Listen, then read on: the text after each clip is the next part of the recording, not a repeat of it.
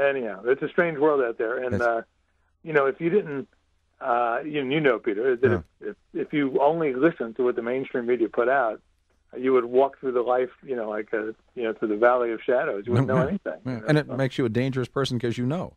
Yeah, right. On our website, for the last 2 days, we have talked about there's a theory that Barack Obama's father is Frank Marshall Davis.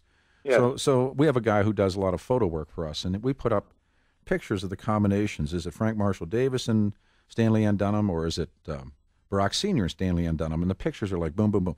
We've got a lot of criticism for having them up there, but tons of hits on the website, KHW.com. And this guy, Frank Marshall Davis, could very well be the biological father of Barack Obama, which would explain a lot of this other insanity. But, your piece you did in the American Thinker, will Obama's silence blundering Abercrombie? Now, I've been calling him Abercrombie and Snitch. He was going to snitch out. He was going to tell everybody the truth. Yeah. And what happened? Well, now he has decided to put the economy first. He's lambed out to Maui. Yeah. So I don't think we'll ever hear from him about this subject again because he's lying about what he knows. Sure he is. And this is provable. You know. Oh no! And how about when he went to these social events with Barack Sr., baby Barack, and Stanley Ann? Well, here's what we know for a fact, Peter, is that little family never lived together. No, of course not. That, personally, for instance, when I was doing the research for Deconstructing Obama, I asked the 3 best researchers I knew, real sober guys. I said, okay, who's the biological father of Barack Obama? I got 3 different answers. What were the 3? Well, let me do this. Let me break for traffic, come back and give me the 3. Yeah. Jack Cashill is with us, American Thinker. Let's get to work, 6:30 KHW traffic time. Here's Susan.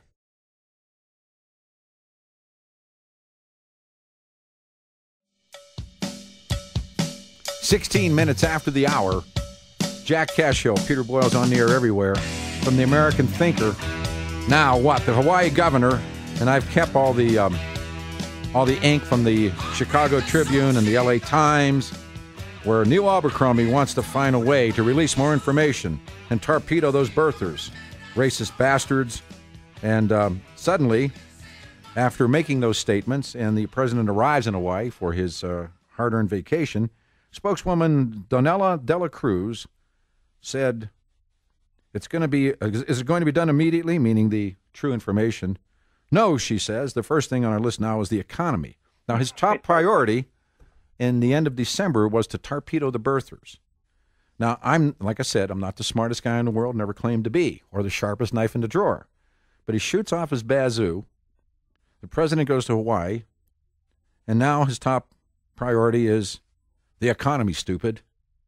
So what am I supposed to believe, Jack? Well, here's what we know, just to clear the air for those who are reluctant to accept this, is that Ann Dunham, Barack's mother, enrolled at the University of Washington 2 weeks after the reported birth date of Barack Obama in August 1961. She lived there for the next 15 months with her son. When she got back to Hawaii, Barack Sr. was gone. They never lived together. No.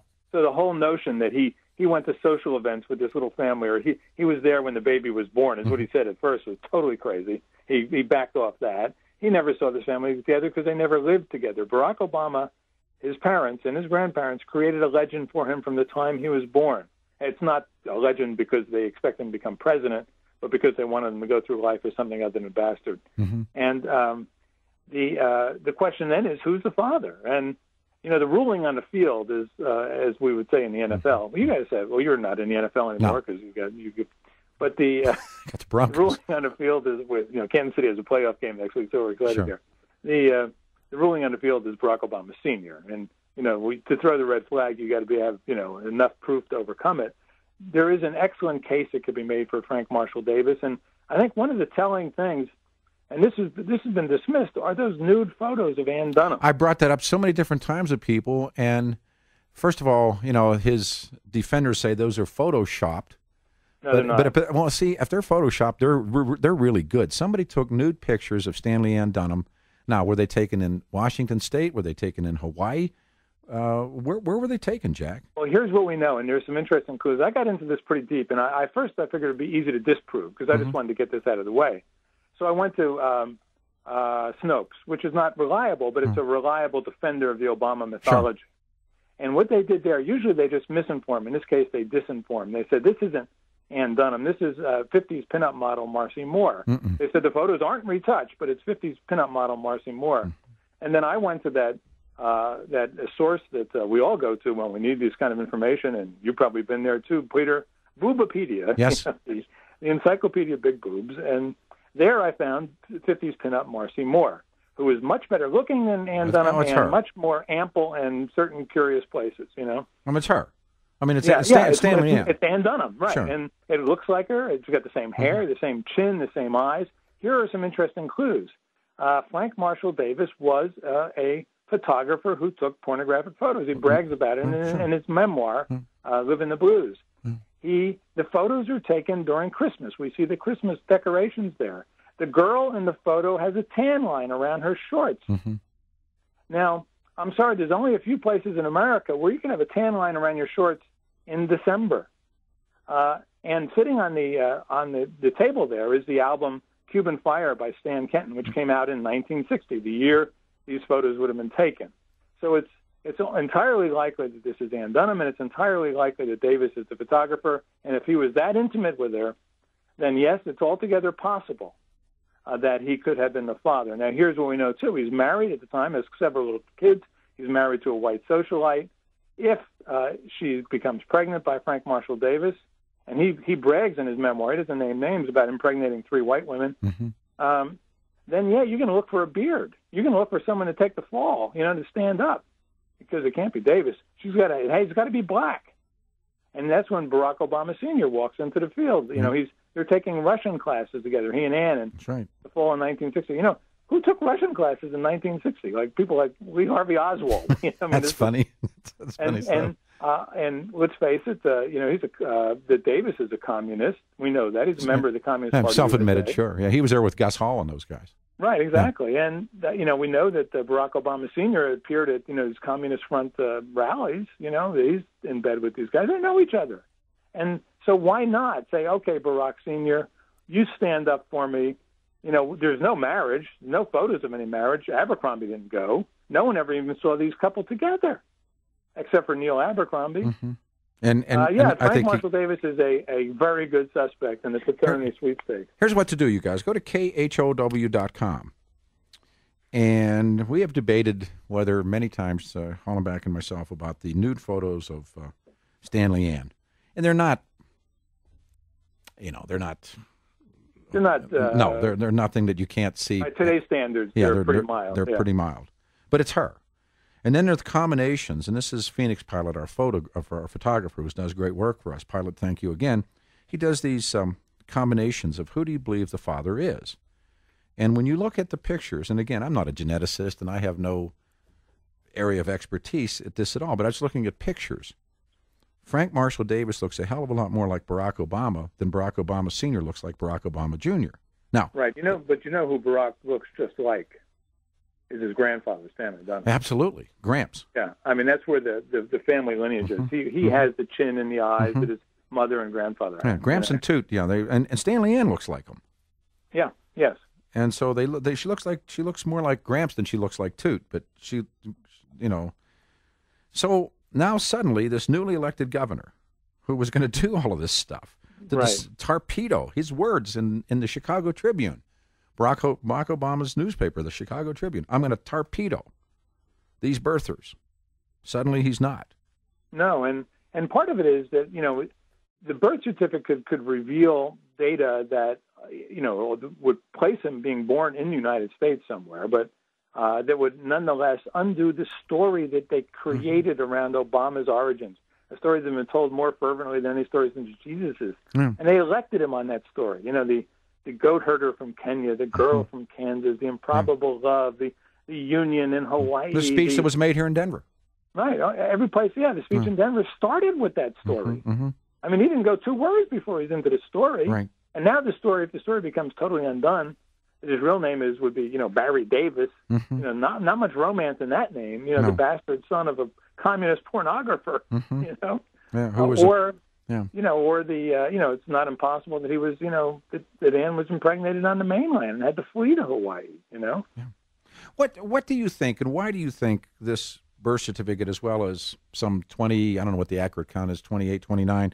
I mean, here's a man almost 50 years of age. He has no historical documents, no footprints, no bona fides. Why? Well, because the media didn't care to know. Well, they still don't care to know. Still don't care to know. No, but I mean, I would have, in the research I was doing on the authorship question, that is, who wrote Dreams from My Father, which proves to be Bill Ayers, I would have been happy with his SAT scores, let alone his birth certificate, his LSAT scores. None of that. His records, the adoption records by, Lola Sotero in Indonesia.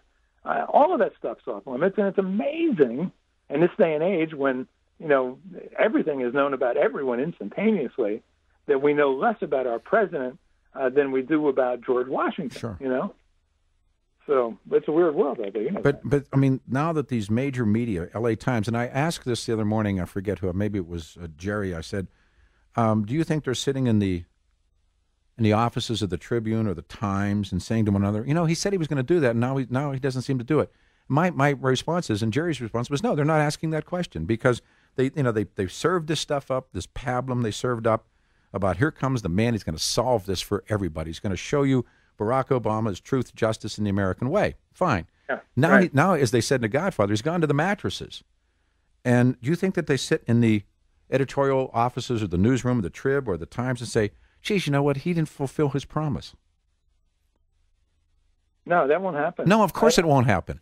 And I've had Peter, I've had this upfront encounter with the media on a couple issues, but on this issue, for instance, when I first unraveled the authorship issue, this was in September, October of 2008, no one called me. Not only would no one call me, but when I called them, they wouldn't take my call. No, I tried to get Chris Matthews on the show, and when I told you, I used to do all the Ramsey cases with those guys, and I don't exist anymore. And they used to call me at the house. Chris would like you to do the show. Hey, man, I'll be there. Yeah. Now it's like, Peter who? Yeah, exactly. I mean, not that I'm any big cheese, but I mean, it's like, now what? And so, as you know, Peter, the hardest, what's hard to convince, even moderates of, and especially liberals, is that their media, the media that feed them their information, have simply refused to investigate the most basic questions if the political outcome of it is uncertain. And in the case of Barack Obama, they presented us a blank slate. Let me do this. I need to break. I'm going to ask a question I've asked people that I respect, like yourself. What would happen if it were true that he literally did not or does not meet the requirements? Hang on a second. Our guest is Jack Cashill, the piece from the American Thinker. Our website, KHOW.com. Look at the combinations. Traffic time. Here's Susan. Yeah.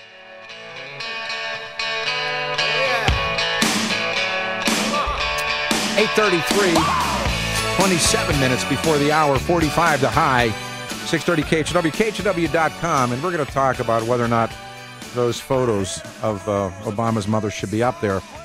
Got a really clever email about renaming Injun Joe, and someone said, in column, we should now, as they rewrite or translate Huckleberry Finn to eliminate offensive words, he should now be dubbed Indigenous Homeless Resident Joseph.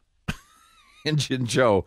On the line with us is, I have immense respect for Jack Cashill, American thinker, and more and more, what started out 3 years ago, I think we did our first so-called birther story, and the drumbeat grows louder, and more people across the country, even when you look at the Vanity Fair pieces and CNN, which are hardly the bastions of conservative thought, people are going, no, I don't buy this anymore, and Chris Matthews steps up and does that really interesting piece. And then the erstwhile governor of Hawaii, Neil Abercrombie and Snitch, goes public with his desire to silence the birthers, and now he's gone silent. So with Jack here, and by the way, I didn't do the right thing. I said, who are the three possibilities as Barack Obama's biological father? Then I didn't ask you that after the break. I apologize, if you would. Yeah, I would say the ruling on the field, of course, is Barack Obama Sr., the other two possibilities are Frank Marshall Davis, who's a very good possibility, and an unknown black male on the mainland. And if you want a celebrity kind of Paul is dead kind of unknown black male, it's not Malcolm X. Yeah. That's crazy. That's crazy. Yeah. Not right. Yeah, I've seen that. This is a funny one. This is one that I just have fun with. But I expect to see Huffington Post, calling me a nut job for suggesting it. But there was a guy who lived in Seattle at the time, young black man, thin, tall, 2 days older than Ann Dunham, who was allegedly thrown out of his high school for dating white women. Phew. And Barack Obama has referred to him on several occasions in interesting ways, and that would be Mr. Jimi Hendrix. Yeah, but I think Jimi Hendrix, when he was in the 82nd Airborne, I think, right about... no, the timing fits. Was it? He left. Okay. So after Ann went to Hawaii, he went, right. He Jimmy was there? He washed out, right? Oh, that's classic. So what's happened, what's funny is that, this, by the way, this is a Paul is dead kind of fatherhood thing, so audience, bear with me. But in Dreams from My Father, when Barack Obama is referring to certain years, he hangs certain milestones on them, like what happened in that year. The year 1967, he identifies with one milestone. That is the year Jimi Hendrix, that's what Obama says, debuted at Monterey Pop.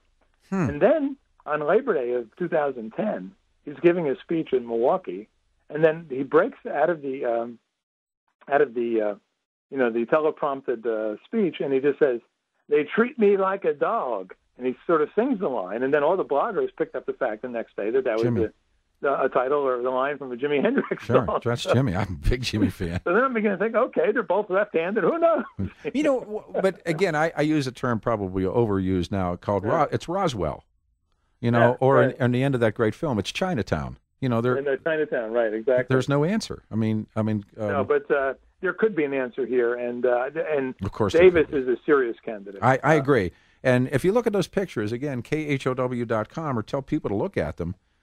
And you don't let's see Barack Sr. as the father. And the other part that never ever made sense in Dreams of My Father, and all those the Obama books that you pointed out, you don't even believe Obama wrote, but this story that Big Stan, Gramps, and they're living together for 2 years, and if you bring Abercrombie and what people have dubbed the nativity story. Well, now it's time for Senior to go to Cambridge, to go to Harvard. In the book, Gramps drives him to the airport. Yeah. Hugs him, wishes him good luck. Now, in reality, this guy knocks up your daughter, doesn't marry her, never gives her a dime in support, never lives with her. He's not there when anything happens, never marries her. And in fact, your daughter lights out when the baby's sometime less than 20 days of age. Right. Is that a guy that you drive to the airport and hug goodbye and wish him good luck? Absolutely not. In fact, there's a picture of him that showed up in Honolulu Advertiser, and Obama refers to it, but the picture's from June of '62, before Obama's first birthday. And he's saying that he was 2 years old when the old man left. But no, it's not. He had to know himself. Sure. And there's a big going-away party for Obama Sr., and standing next to him, smiling, all is Stanley Dunham. Yeah. I'm sorry, this guy knocks up my 19-year-old. Or 18, or ever she was 17. Yeah, you don't know. I'm not standing next to him. No. If I'm standing next to him, I got a shotgun at the back of his head. No, exactly. We're going back and get married. Yeah. And there's one other detail about Davis that is, I think, worth considering. Is the poem that Obama allegedly wrote as a 19-year-old at Occidental College called Pop. Now, you read online, you go into the thing, and all the literary, and it's a very good poem, by the way. It's too good. But most of all of the literary people that have reviewed the poem have said, "Oh, this is clearly a poem about Gramps." Right. Stanley Dunham. No. Well, I'm sorry, if I'm writing a poem about a guy I called Gramps, I wouldn't call it Pop. I would call him Gramps. Sure. Yeah, he knew. But when you look at the poem, it's clearly about Frank Marshall Davis. There's a point in the poem where and he describes Frank Marshall Davis in describing it. And he stands up and he says, he reads to me a poem he wrote after his mother died. Well, Barack knows that his grandmother, Stanley's mother, died when he was 8 years old. Yeah. He's not a poet, and he doesn't write poetry as an 8-year-old that he's going to recite, 50 years later. Not only and in calling the poem Pop, and it's about Davis, it raises questions. Sure. Did he know? And then when you get into it, you realize that Davis actually wrote the poem. And then it gets really kind of, and their relationship is deep and troubled and possibly sexual. And the evidence is in the poetry. A guy named Jeff Kuhn on Fox Nation, and we're trying to get him on the radio show again as these people start to knit up. Cooner says, "Look, there's going to be a civil war if the truth got out." What do you do with that statement? It would not. They would leave him in office. They'd find some, some just for institutional stability. They would not ask him to step down. However, it would make his running again very, very problematic. Yeah. No, in fact, I don't think they'd allow him to run again. No, I would agree to that. Yeah. But all this threatening of, well, if you do that, then this or this and that. I go, well, this country survived an awful lot. I think it can take this. Right. Plus, the passion for Barack Obama has faded considerably on the left, and they're not. He's no longer the champion they thought he was, and I mean, there are a few diehards, of course, but they will stick to him as if he runs, but the passion's gone. The bumper stickers are off. So, what major media outlet that they all reported Neil Abercrombie's public desire to silence the birthers? And I'm thinking in particular they're the big three, the 2 times in the Trib. Isn't anybody sitting in a room right now and saying, "Guess what? Hey, man, how come we got jacked by that governor?" You don't think that's ever going to happen? No. I would say that the Los Angeles Times seemed to be the medium that was most interested, but I would be surprised if any of them followed up. Mm-hmm. No, they won't. And I just don't. I mean, their ability to overlook critical information continues to impress me. You know? And of course, these are all people columnists who have attacked birthers as racist and rednecks and all the other kind of stuff, and they've let that go on, and they themselves have used those stories themselves and used those kinds of terms, and now using the words of Grace Slick when the truth is found to be lies. Yeah, right. And no, they'll just ignore it. I had a case where this happened about a year or so ago when Christopher Anderson's book Barack and Michelle came out. I remember that. Yeah, sure. He confirmed my thesis that he had firsthand evidence. Talked to the people in Hyde Park that in fact Bill Ayers was the craftsman behind Dreams from My Father. Sure. I read 80 online reviews from mainstream newspapers. Not a single one of them mentioned the single most newsworthy item in the book. They can't, and that's why Matthews had him on the show and didn't mention it. That's why they've lost their place. That's why they've dwindled. I'll get you back ASAP. You are the man as always, Jack. Thanks so much. And the book will be when? The book will be out February 15th. You can pre-order it now at Cashill.com. Get a signed, personalized first edition. So we'll get you back as soon as you're out. Call us, and that way I'll talk to you before then. I promise. Yeah, absolutely. You'll be at the top of our list. Thanks, brother. Be safe, man. Okay. All right. Bye-bye. KHOW.com are these series of pictures. You pick them and play them. KHOW.com. 45.